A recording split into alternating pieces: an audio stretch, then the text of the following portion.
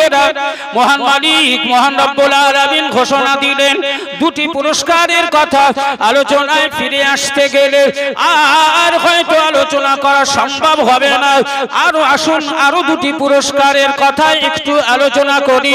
মহান মালিক বললেন ওয়ালাউ আন্না আহলুল কুরা আমানু ওয়াত্তাকাউ লাফাতাহনা আলাইহিম বারাকাতিম মিনাস সামাই ওয়াল আরদি।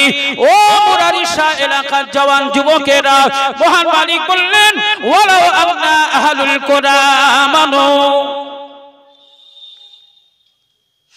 মুরারিশা চৌমাথা এলাকায় যারা বসবাস করে, এই বসবাসকারীদের উদ্দেশ্য করে আল্লাহ বললেন কোন জনপদ এলাকায় বসবাসকারী মেয়ে ছেলে কিংবা বেটা ছেলে, আল্লাহ কি বললেন?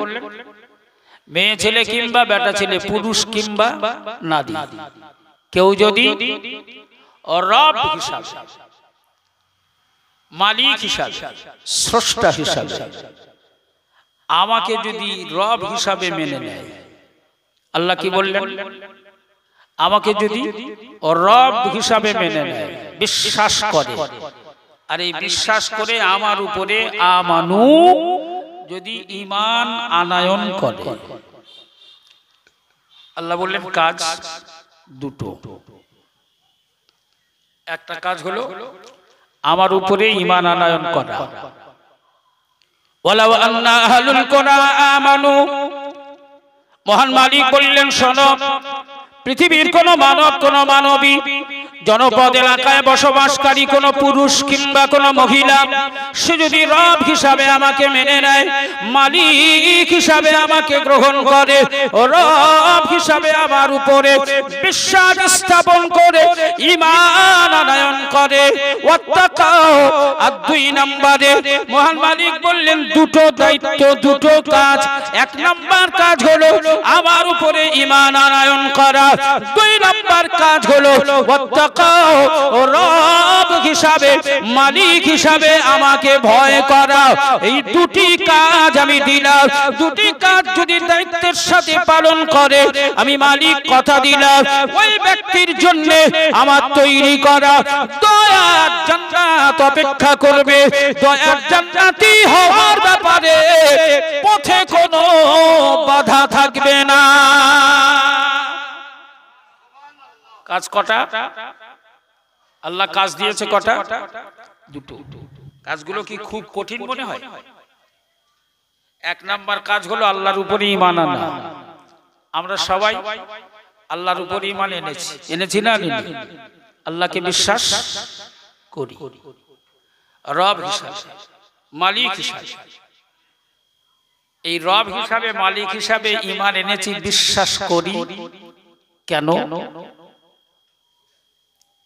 ইয়া আইয়ুহান নাস, আল্লাহ পাক এখানে ইয়া আইয়ুহাল্লাযীনা আমানু, ইয়া আইয়ুহাল মুমিন, এই ভাষা এই শব্দ ব্যবহার না করে মহান মালিক বললেন ইয়া আইয়ুহান নাস, হে পৃথিবীর মানব জাতি। অতএব মুসলমান ছাড়া বাকি আরো যারা আছে সবাই, মুসলমান ছাড়াও বাকি আরো যারা আছে সবাই, সমস্ত মানবকে আল্লাহ বললেন উবুদু রাব্বাকুম ইয়া আইয়ুহান নাস, হে পৃথিবীর মানব জাতি, উবুদু রাব্বাকুম, তোমরা তোমাদের রবের ইবাদত করো। রবের ইবাদত করো। নির্দেশ কার? সবাই মিলে বলেন নির্দেশ কার? আল্লাহ। এখানে প্রশ্ন আসে না যে আমরা কেন রবের ইবাদত করব? রবের ইবাদত করব কেন? রবের প্রতিদান কি? রব আমাদেরকে কি দিয়েছেন? রব কে? তার ইবাদত কেন করব? এ জওয়ান যুবকেরা, মহান মালিকের রব হিসাবে আমার আল্লাহ সমস্ত নবী রাসূল পয়গম্বর, লক্ষাধিক নবী রাসূল পয়গম্বরদের কাছে আমার আল্লাহ নিজের পরিচয় দিয়েছেন রব হিসাবে। আমার আল্লাহ পাক আখিরি নবী, আল্লাহর আখিরি পয়গম্বর খাতামুন নবিয়্যিন ওয়াল মুরসালিনের কাছে আল্লাহ পরিচয় দিয়েছেন রব হিসাবে।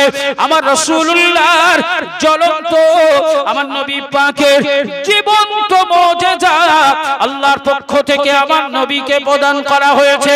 আমার রাসূলুল্লাহর জীবন্ত মুজিজা, এই জীবন্ত মুজিজার নাম হলো পবিত্র কোরআনুল কারীম। পবিত্র কোরআন হলো আমার রাসূলুল্লাহর জীবন্ত মুজিজা। এ জওয়ান যুবকেরা, এর জন্য আমি আপনাদেরকে কেবলমাত্র দৃষ্টান্ত হিসাবে বোঝাতে চাই, আমার আল্লাহ পাকের পক্ষ থেকে পাঠানো প্রতিটি নবী রাসূল পয়গম্বরকে মাস্ট হিসাবে আমার আল্লাহ পাক তিনটি করে জিনিস প্রদান করেছিলেন, যা কোন নবীকে এই তিনটির মধ্যে একটিও কম দেওয়া হয় নাই। সমস্ত নবী রাসূলকে আল্লাহর পক্ষ থেকে তিনটি করে জিনিস প্রদান করা হয়েছিল। এক নাম্বার হলো আমার আল্লাহ পাকের পক্ষ থেকে যত নবী রাসূল পাঠানো হয়েছে, লক্ষাধিক নবী রাসূল পয়গম্বরকে আমার আল্লাহ এক নাম্বার হিসাবে উত্তম চরিত্রের অধিকারী বানিয়েছিলেন।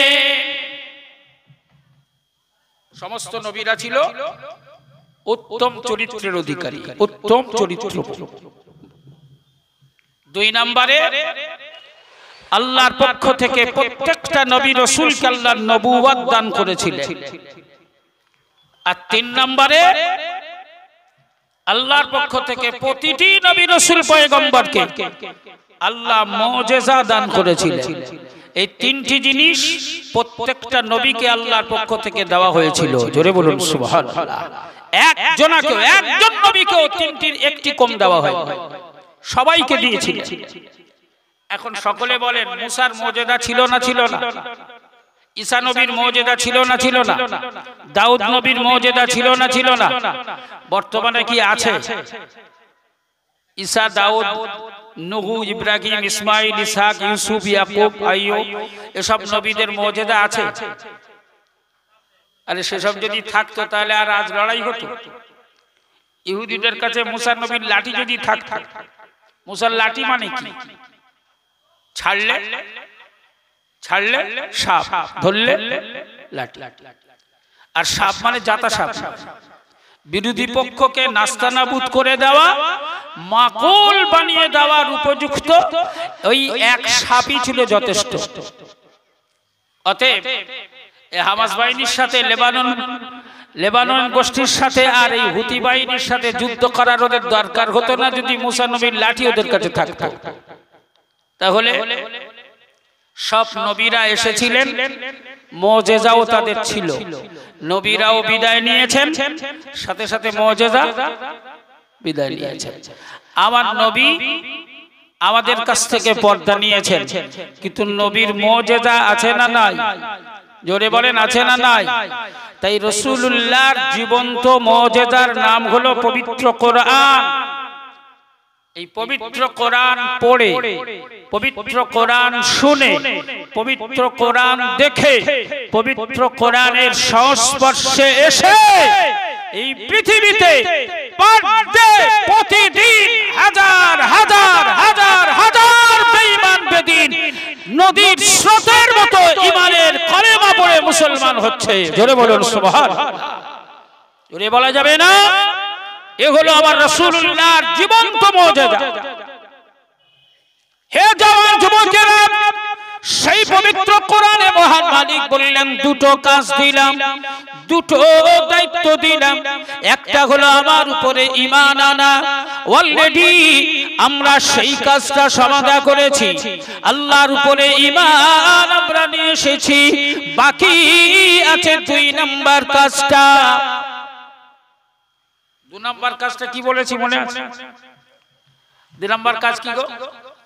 ওয়াত্তাকু, আল্লাহর ভয় অন্তরে পোষণ করা, আল্লাহর ভয় অন্তরে পোষণ করা, এটা হলো 2 নম্বর কাজ। এখন সবাই মিলে বলেন, আমরা মুজাদ্দিদুজ্জামান দাদা হুজুর কেবলার অনুসারী, আল্লামা হুজুরের অনুসারী, আমরা সবাই বুকে হাত দিয়ে বলি, ঈমান যেমন এনেছি আল্লাহকেও তো আমরা ভয় করি, করি না করি না? কথা বলে, আল্লাহকে ভয় করি না করি না? কই একটু হাত তোলো, দেখাও দিন দেখি কারা কারা আল্লাহকে ভয় করো। মাশাআল্লাহ মাশাআল্লাহ, তাহলে তো আর আমার ওয়াজ করার দরকার নেই। আর ওয়াজের প্রয়োজন আছে? আর ওয়াজের প্রয়োজন নেই। কেন? আল্লাহ বলেছে আমার উপরে যারা ঈমান আনবে আর আমাকে যারা ভয় করবে ওদের জান্নাতি হওয়ার ব্যাপারে কোনো বাধা থাকবে না। ওরা নিঃসন্দেহে আমি আল্লাহ তৈরি করা জান্নাতের অধিবাসী হবে। জোরে বলুন সুবহানাল্লাহ। তাহলে আমরা 2টো কাজ সব করে ফেলেছি, মানে আর ওয়াজের দরকার নেই, কারণ জান্নাত তো আমাদের রেজিস্ট্রি হয়ে গেছে, জান্নাত পেয়ে গেছি। আচ্ছা বলো তো বাবা, যে সমস্ত ফেরেশতারা আমরা আল্লাহকে ভয় করি বলে হাত তুললাম, কার কার পকেটে বিড়ি আছে একটু হাত তোলো দিন দেখি। কথা বলে, এই কে কে মিথ্যা কথা বলো, জীবনে একবারও মিথ্যা কথা বলোনি, একটু হাত তোলো দিন দেখি। পরের জিনিসে জীবনেও হাত দাওনি, কোন মানুষের উপরে অত্যাচার করোনি, চুরি করোনি, ডাকাতি করোনি, জেনা ব্যভিচার করোনি, সুদ খাওনি, ঘুষ খাওনি, বেনামাজি নয়, নামাজ 5 ওয়াক্ত পড়ো। এই সব কাজ আমাদের আছে। যারা আল্লাহকে ভয় করে ওরা সুদ খেতে পারে? কথা বলে। যার অন্তরে আল্লাহর ভয় আছে ও ঘুষ খেতে পারে? যার অন্তরে আল্লাহর ভয় আছে ও পরের জমি ফাঁকি দিতে পারে? যার অন্তরে আল্লাহর ভয় আছে ও দিনে দুপুরে মিথ্যা কথা বলতে পারে? যার অন্তরে আল্লাহর ভয় আছে আজানের আওয়াজ কানে পৌঁছালে ও বাড়ি বসে থাকতে পারে? তাহলে মুখে তো বললাম সবাই আল্লাহকে ভয় করি, কিন্তু বাস্তবটা তো আলাদা। বাস্তব কি? বাস্তব তাহলে আমাদের অভাব 2 নম্বর কাজটা, অভাব 2 নম্বর কাজটা, এটাই প্রতিষ্ঠিত করতে পারলে যার অন্তরে আল্লাহর ভয় আছে ও কখনো এক চুল পরিমাণ অন্যায় কাজ করতে পারে না। কারণ পৃথিবীর সব চোখ ফাঁকি দেওয়া যায়, আমার আল্লাহর চোখ ফাঁকি দেওয়া যায় না। যায়? আল্লাহর নজর এড়াতে পারা যাবে? আমি এক চুল পরিমাণ অপরাধ করলে পৃথিবীর কেউ দেখতে না পেলেও আমার আল্লাহ দেখতে পাবে না? পাবে না? যার অন্তরে আল্লাহর ভয় আছে ও কখনো পাপের কাজ করতে পারে না, ও কখনো গুনার কাজ করতে পারে না। আর যার দ্বারা গুনার কাজ হয় না ও জান্নাতি না জাহান্নামী? যার দ্বারা গুনার কাজ হয় না ও জান্নাতি না জাহান্নামী? তাহলে আল্লাহ বলেছেন এই 2টো কাজ যারা করবে ওদের জন্য জান্নাত রেজিস্ট্রি। জোরে বলুন সুবহানাল্লাহ। জোরে বলা যাবে না? আর একটু জোরে হয় না? হে জওয়ান যুবকেরা, মহান মালিক বললেন এই 2টো কাজ যারা করবে জান্নাত তো তাদের রেজিস্ট্রি। আর এই 2টো কাজ করার পরিবর্তে আমি মালিক আমিও তাদের জন্য 2টো কাজ করে দেব। আমার পক্ষ থেকে তাদের জন্য 2টো কাজ করে দেওয়া হবে। মহান মালিক কি কি 2টো কাজ করবেন? হে জওয়ান যুবকেরা, আজ আমরা আমাদের ছেলে মেয়ে, আমাদের নাতি পোতা, বিবি বাচ্চাদের ভরণ পোষণের জন্যই তো আজ দুনিয়ার জমিনে উপার্জনের রাস্তা বেছে নিয়েছি। কেউ সাদা পথে তো কেউ কালো পথে, কেউ অন্যায় পথে তো কেউ সৎ পথে। আমাদের মূল লক্ষ্য হলো তাদের ভরণ পোষণ করা, আমাদের ভবিষ্যৎ প্রজন্মদের চিন্তা ভাবনা করা। 5 বিঘে আছে কিভাবে 10 বিঘে বানানো হবে, 10 বিঘে আছে কিভাবে 20 বিঘে হবে, 1 তলা আছে কিভাবে 2 তলা হবে, ব্যবসা ছোট আছে কিভাবে বড় হবে, আমি গরিব আছি কিভাবে ধনী হব। এই তো আমাদের চিন্তা আর ভাবনা। মহান মালিক বললেন শোনো, দুনিয়ার জমিনে যারা এই 2টো কাজ করবে আমি মালিক কথা দিলাম, লাফাতাহনা আলাইহিম বারাকাত। আমি মালিকের পক্ষ থেকে ওদের জন্য উন্মোচন করে দেওয়া হবে, ওদের জন্য খুলে দেওয়া হবে, ওদের জন্য আমি মালিক উন্মোচন করে দেব, খুলে দেব আমি আল্লাহ। ওদের উপরে বরকতের দরওয়াজা খুলে দেব, ওদের ব্যবসায় বরকত হবে, ওদের চাষাবাদে বরকত হবে, ওদের ফসলে বরকত হবে, ওদের মান সম্মানে বরকত হবে, ওদের ইজ্জতে বরকত হবে, ওদের সোশ্যালে বরকত হবে। আমি আল্লাহ পাক কথা দিলাম, মিনাস সামাই ওয়াল আরদি, আসমান থেকে যত দরওয়াজা আছে, বরকতের যত দরওয়াজা আমি আসমানে রেখেছি, আসমানের দরওয়াজা সমূহ খুলে দেওয়া হবে, ওয়াল আরদি, জমিনের দরওয়াজা খুলে দেওয়া হবে। যারা আমার উপরে ঈমান আনবে আর আমাকে যারা ভয় করবে, ওদের জন্য আসমান এবং জমিন উভয় দিক থেকে আমি আল্লাহ রহমতের দরওয়াজা খুলে দেব।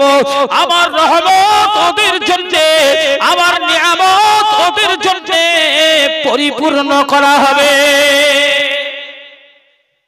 বলতে পারলাম না সুবহানাল্লাহ? আল্লাহর এই ঘোষণা যদি আমরা বাস্তবায়ন করি, তাহলে দুনিয়াতে না আমাদের অভাব থাকবে, না আখিরাতে জান্নাতের ব্যাপারে কোনো চিন্তা হবে, দুটোই আমাদের জন্য ক্লিয়ার। তো আমরা সবাই এই দুটো কাজ বাস্তবায়ন করার নিয়ত করব ইনশাআল্লাহ। আমরা সবাই পারবো ইনশাআল্লাহ। যে আল্লাহর উপর ঈমান তো নিয়ে এসেছি, বাকি শুধু আল্লাহর ভয় করা, আল্লাহকে ভয় করা, আল্লাহর ভয় অন্তরে জায়গা করে দেওয়া। এই কাজটা করতে পারলেই আপনি সফলতার উচ্চ শিখরে পৌঁছে যাবেন। সফলতার সোপান পান করা থেকে কেউ আপনাকে আটকাতে সক্ষম হবে না। এই দুটো কাজ যারা করেছিলেন, যারা এই দুটো কাজ জীবনে বাস্তবায়ন করতে চেয়েছেন, করার চেষ্টা করেছেন, সামান্য হলেও করতে পেরেছেন, তাদেরকেই তো আল্লাহ আমাদের জন্য ইতিহাস বানিয়ে দিয়েছেন। জোরে বলুন সুবহানাল্লাহ। জোরে বলা যাবে না? হে জওয়ান যুবকেরা, ঠান্ডা মাথায় শুনুন, রাসূলুল্লাহর একটা ছোট্ট হাদিস বর্ণনা করি। সময় হয়তো আমার আর খুব বেশিক্ষণ সময় থাকার পারমিশন দেবে না, অল্প একটুখানি সময় হাতে আছে।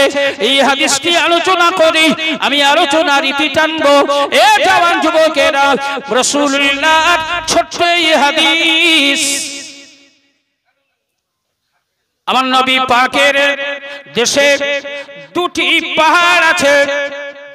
এই দুটি পাহাড় আমাদের কাছে খুব পরিচিত পাহাড়, কারণ এই দুটি পাহাড় অত্যন্ত পরিচিত গোটা পৃথিবীর মুসলমানের কাছে। এই দুটি পাহাড় সাতবার প্রদক্ষিণ করেছিলেন আম্মা জান মা হাজেরা। সবাই মিলে আওয়াজ দিয়ে বলো তো শোনা, ওই পাহাড় দুটির নাম কি কি? কি কি পাহাড়? হাজেরা, আম্মা জান হাজেরা যে পাহাড় দুটো দৌড়াদৌড়ি করেছিলেন, ওই পাহাড় দুটোর নাম কি? সবাই মিলে বলেন। আরে আল্লাহ জবান দিয়েছে বলার জন্য, একটু জবান খুলে বলেন। পাহাড় দুটোর নাম সাফা আর মারওয়া। সাফা আর মারওয়া।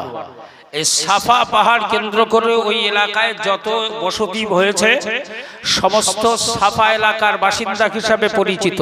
মারওয়া পাহাড় কেন্দ্র করে মারওয়া এলাকায় যত বসতি তৈরি হয়েছে, সব মারওয়া বসতি হিসাবে পরিচিত। তো এই সাফা মারওয়া এলাকার একজন আল্লাহর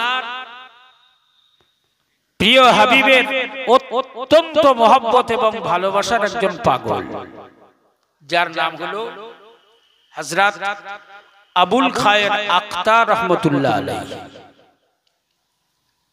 তিনি মারওয়া এলাকা থেকে বার হয়েছেন, রাসূলুল্লাহর রওজা মোবারকের উদ্দেশ্যে নবীর কাছে যাবেন। মক্কা এবং মদিনায় রাসূলুল্লাহর রওজায় আর আল্লাহর ঘর কাবায় যাবার সৌভাগ্য সবার হয় না। হয়? কথা বলেন, হয়? তবে তার ফজিলত পাওয়ার সৌভাগ্য আল্লাহ সবাইকে দান করেছেন। জোরে বলুন সুবহানাল্লাহ। জোরে বলা যাবে না?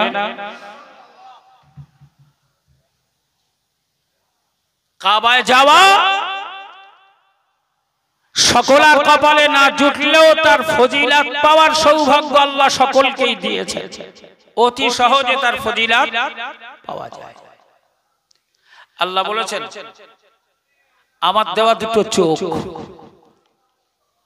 আমার দেওয়া দুটো চোখ, এই চোখ দিয়ে কিছু করার দরকার হয় না, শুধু এই চোখ দিয়ে দেখলে, এই চোখ দিয়ে দর্শন করলে আমি আল্লাহ তাদের জীবনের গুনাহগুলো মাফ করে দিই। জোরে বলুন সুবহানাল্লাহ। চারটে জিনিস চোখ দিয়ে দেখলে আল্লাহ জীবনের ছোট ছোট গুনাহ, ছোট ছোট অপরাধ আমার আল্লাহ দেখার ওসিলায় মাফ করে দেয়। জোরে বলুন সুবহানাল্লাহ। তার মধ্যে চারটে জিনিস, আমি চারটেই বলতে গেলে অনেক সময়, অন্যতম একটি জিনিস হলো আপনার কপালে আল্লাহর কাবায় যাওয়ার সৌভাগ্য হয়নি, আপনি যেতে পারেন না, অর্থ আছে, সম্পদ আপনার আছে, কিন্তু কপাল নেই, যাওয়ার সৌভাগ্য হয়নি, আর সবাই যেতেও পারবে না, আল্লাহর ডাক ছাড়া যাওয়া সম্ভব নয়। প্রিয় রাসূল বললেন আল্লাহর কাবার দরবারে যারা হাজিরা দেবে, আল্লাহর কাবার চত্বরে যারা পা রাখবে, হাজি হাজিনদের দিকে লক্ষ্য করে রাসূল বললেন আল্লাহর কাবার এরিয়ায় পা রাখার সাথে সাথে আল্লাহর পক্ষ থেকে তার জীবনের সমস্ত গুনাহ আল্লাহ মাফ করে দেবে। জোরে বলুন সুবহানাল্লাহ। সাহাবারা বললেন হুজুর সবাই তো আল্লাহর কাবায় আসতে পারবে না, কারো ভারতে, কারো বাংলাদেশে, কারো পাকিস্তানে, তো সবাই তো আর আল্লাহর কাবায় আসতে পারবে না, তাদের কপালে কি কাবার এই ফজিলাত, কাবায় পা রাখার সৌভাগ্য তাদের কপালে কি জুটবে না? আল্লাহর প্রিয় হাবিব জানালেন ও আমার সাহাবায়ে কেরামেরা, আমি নবী জানিয়ে দিলাম এই শান, এই মর্যাদা কেবল মাত্র আল্লাহ পাক আমি রাসূলুল্লাহর অনুসারী উম্মতে মুহাম্মাদীদের জন্য এই সৌভাগ্য আল্লাহ দান করেছেন। কোন গরীব, কোন অসহায়, কোন দিন দুঃখী মুরারিশা চৌমাথা এলাকায় বসবাসকারী দিন এমন ভাবে পার হয়, নুন আনতে পান্তা ফুরিয়ে যায়, লক্ষ লক্ষ টাকা ব্যয় করে আল্লাহর কাবায় যাওয়ার মতো ক্ষমতা তার নাই, সৌভাগ্য তার হয় নাই। আল্লাহর রাসূল জানিয়ে দিলেন উম্মতে মুহাম্মাদী হওয়ার সুবাদে আমার আল্লাহ পাক এই সৌভাগ্য তাকে দান করেছেন। কেউ যদি আল্লাহর কাবায় নাও আসতে পারে, আল্লাহর কাবা শরীফের ছবিটা যদি ক্যামেরা বন্দী করা হয়, আল্লাহর কাবার ছবিটা ক্যালেন্ডারে ছাপানো হয়, আল্লাহর প্রিয় হাবিব জানালেন ক্যামেরায় বন্দী করা কাবার ছবি, ক্যালেন্ডারে ছাপানো কাবার ছবিটা সযত্নে কেউ যদি ঘরের দেওয়ালে টাঙিয়ে দেয়, প্রতিদিন সকাল সন্ধ্যায় আল্লাহর কাবায় না যাওয়ার আফসোস করে যদি ওই ক্যালেন্ডারে ছাপানো আল্লাহর কাবার ছবির দিকে তাকিয়ে দেখে, আমি রাসূলুল্লাহ জানিয়ে দিলাম আল্লাহর কাবা দুই নয়নে দর্শন করা, আল্লাহর কাবা ছবিটাকে দুই চোখ দিয়ে দেখার ওসিলায় আমার আল্লাহ তার জীবনে গুনাহ সাগীরাগুলি আমার আল্লাহ খুশি হয়ে মাফ করে দেবে। জোরে বলা যাবে না?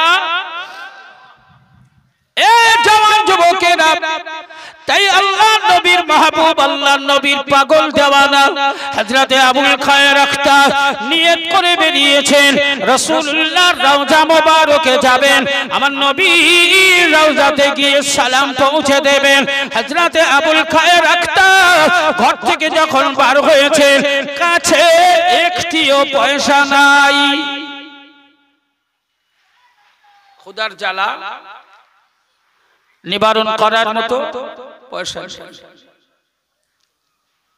একদিন, দুদিন, 3 দিন, একটা 3 দিন 3 রাত চলেছেন, কারণ মক্কা থেকে মদিনা 400-450 কিলোমিটার রাস্তা।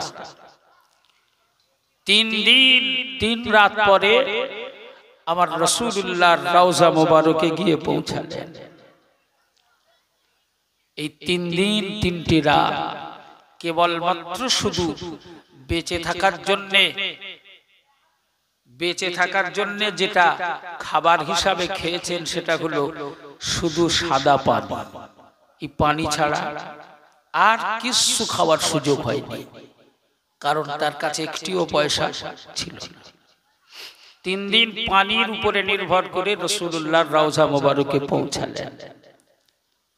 রমজান মাস, ভোরবেলায় ঘুম ভেঙেছে, উঠে ঘড়ির দিকে তাকিয়ে দেখছে আর 2-3 মিনিট সময় আছে।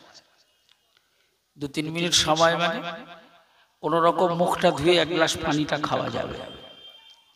বলো তো এরকম সিচুয়েশন, এরকম পজিশন, পানি খেয়ে আমরা রোজা কে কদিন রেখেছি?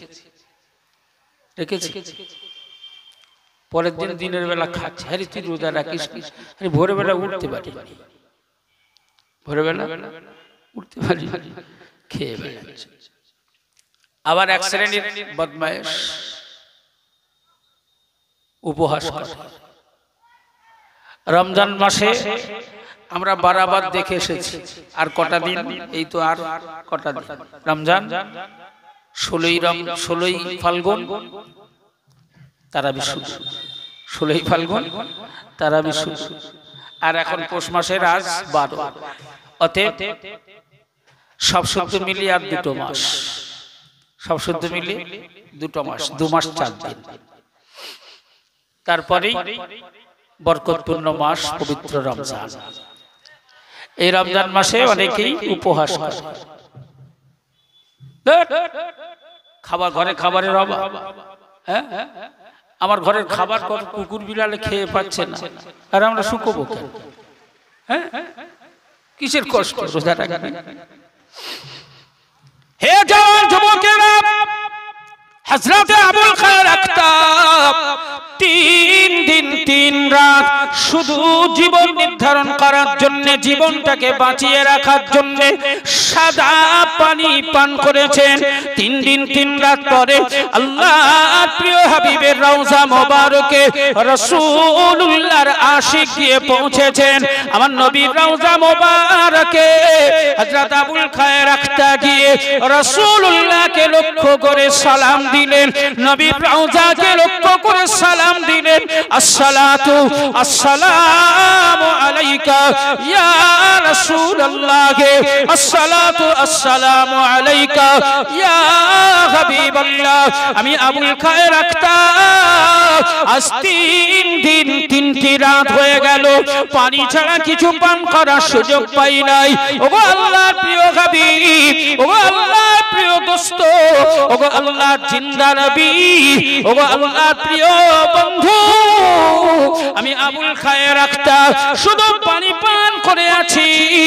এমনি করে করে রাসূলুল্লাহর রওজা মোবারকে দাঁড়িয়ে আমার নবীর দরবারে সালাম দিয়ে বলেছিলেন, ইয়া রাসূলুল্লাহ, ইয়া হাবিবাল্লাহ, আল্লাহর পক্ষ থেকে আমার জীবনটাকে বাঁচানোর জন্য কি কোনো হালাল রিজিকের ব্যবস্থা হবে না? আমি কি কোনো কিছু খাবার পাবো না? আমার জীবনটা যে ওষ্ঠাগত, আর পাচ্ছি না, খোদার জ্বালায় আমি যে কাতর হয়ে পড়েছি, আর চলাফেরা করতে পারি না। রাসূলুল্লাহর রওজা মোবারকে আমার নবী পাকের রওজাতে সালাম দিয়ে আবুল খায়ের আখতাব দোয়া চাইতে লাগলেন। ঠিক সেই সময় ও জওয়ান যুবকেরা, হাদিস সাক্ষী হযরত আবুল খায়ের আখতাব দোয়া চাওয়ার পরে রাসূলুল্লাহর রওজা মোবারকের পাশেই ঘুমিয়ে পড়েছেন। এমনি সময়ে ঘুমের মাধ্যমে স্বপ্ন দেখতে লেগেছেন রাসূলুল্লাহর জামাতা শেরে খোদা সাইয়্যিদিনা ইমাম হাসান, ইমাম হুসাইনের আব্বা জান শেরে খোদা আলী কাররামাল্লাহু ওয়াজহাহু এসে আবুল খায়ের আখতাবকে লক্ষ্য করে ডাক দিলেন, ও আবুল খায়ের আখতাব, উঠে পড়ো, উঠে পড়ো। ও আবুল খায়ের আখতাব, তুমি ক্ষুধার্ত, আল্লাহর নবীর রওজা মোবারকের এসে তোমার খোদার ব্যাপারে বলেছো। ও বাবা আবুল খায়ের আখতার, আমি আলী তোমায় ডাকছি, ওঠো। আমার রাসূলুল্লাহ তোমাকে মেহমানদারি করানোর জন্য আমার নবী রওনা হয়েছেন। হযরত আবুল খায়ের আখতার বলেন, আমি স্বপ্নের মাধ্যমে দেখতে লাগলাম আলী আমায় এই সংবাদ দিচ্ছেন। এমনি সময় আমি স্বপ্নের মাধ্যমে দেখতে পেলাম আমার রাসূলুল্লাহ দুই পাশে দুই সাহাবী হযরত আবু বকর হযরত উমরকে সঙ্গে নিয়ে আমার রাসূল আমার কাছে এসে পৌঁছালেন। আমি আবুল খায়ের আখতারকে লক্ষ্য করে আমার নবী বললেন, বাবা আবুল খায়ের আখতার, খোদায় বড় কষ্ট পাচ্ছ বাবা, খোদার যন্ত্রণা। ও বাবা আবুল খায়ের আখতার, এই নাও বাবা, আমি রাসূলুল্লাহ তোমার জন্য রুটি নিয়ে এসেছি, রুটি পান করো, রুটি খাও, রুটি খেয়ে খোদার জ্বালা মিটিয়ে নাও। এ জওয়ান যুবকেরা, হযরত আবুল খায়ের আখতার বলেন, আল্লাহর নবীর নূর আমি হাত দিয়ে আমি আবুল খায়ের আখতার স্বপ্নের মাধ্যমে আমার হাতে রুটিটি তুলে দিলেন। আমি খোদার জ্বালায় রাসূলুল্লাহর দেওয়া রুটিটা আমি খেতে শুরু করে দিলাম। ওই রুটিটা অর্ধেকটা খাওয়া হয়েছে। এমনি সময় আমি আবুল খায়ের আমার ঘুম ভেঙে গেল। আমি ঘুম যখন ভেঙে গেল, ঘুম থেকে উঠে দেখি আল্লাহর নবী, আল্লাহর আখিরি পয়গম্বরের দেওয়া সেই রুটি, যেটা আমি অর্ধেকটা খেয়েছিলাম, বাকি অর্ধেকটা রুটি আমি আবুল খায়ের আখতার আমার হাতেই ধরা আছে। জোরে বলা যাবে না? আমরা সেই নবীর অনুসারী, সেই রাসূলের উম্মত। আল্লাহ আমাদেরকে সৌভাগ্য দান করেছেন আখিরি নবীর উম্মত হওয়ার। আমরাই হলাম আল্লাহর ভালো বান্দা আর নবীর ভালো উম্মত। এই আমাদের কাছ থেকে সর্বসময় ভালো আদর্শ আর ভালো ব্যবহার এটা অত্যন্ত দরকার। সময় অলরেডি পার করে ফেলেছি, দেখতে দেখতে গল্পের ছলে 2 ঘন্টা অতিবাহিত হয়ে গেল। যে তাই আলোচনার সমাপ্তি টানব। আমার পরে পরেই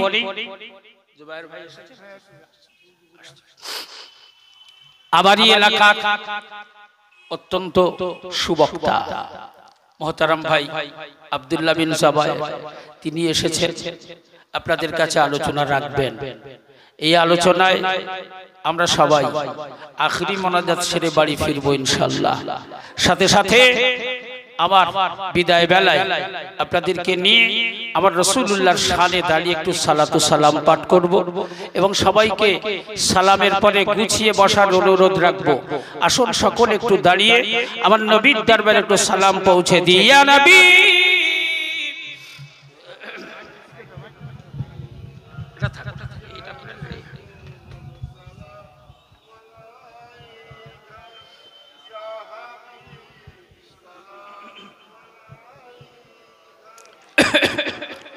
সকলে আদবের সঙ্গে দাঁড়ান, একটু আগে আগে আসেন, কাছাকাছি এসে আদবের সঙ্গে দাঁড়ান। আমার রাসূলুল্লাহর মুজিজার ব্যাপারে আমি ছোট্ট একটা নিদর্শন আপনাদেরকে একটু শোনালাম। সেই জিন্দা নবীর সাথে সালাম পড়ব, বিয়াদবি যেন না হয়।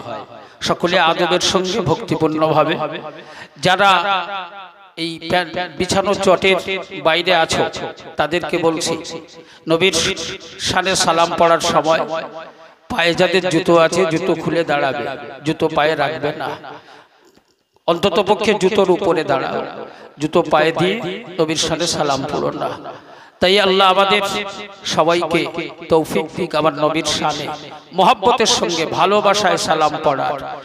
প্রাণ ভরে আমার মা বোন বেটি বৌমারা মহিলারা যারা আলোচনায় আছেন তাদেরকেও বলছি আপনারা দাঁড়াবেন, নবীর শানে সালাম পড়বেন, তবে আপনাদের গলার আওয়াজ যেন কেউ শুনতে না পায়, কণ্ঠের আওয়াজ যেন জোরে না হয়, মনে মনে আমাদের সাথে সালাম পড়বেন। সকলে প্রাণ ভরে ভক্তি নিয়ে আমার নবীকে ভালোবাসার সালাম উপহার দেবেন। সবাই মিলে একসাথে নবীকে সালাম দেন। ইয়া নবী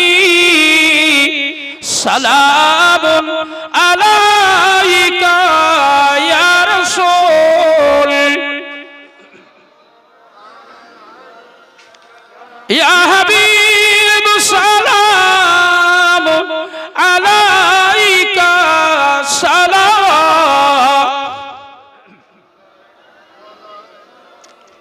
আশরাকাল বদরু আলাইনা ওয়াক্তাফাত মিনহুল বদরু মিসলাহু সুনকমা রাওয়াইনা কাতুয়া ওয়াজহা সুরুরি ইয়া নবী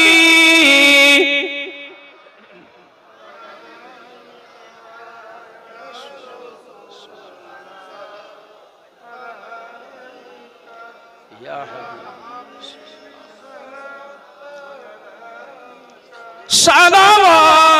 সালাওয়াতুল্লাহ উড়িল আল্লাহ আরো বাণী পোহালো দুঃখে রজনী হইল জগৎ নুরানী আমেনার নয়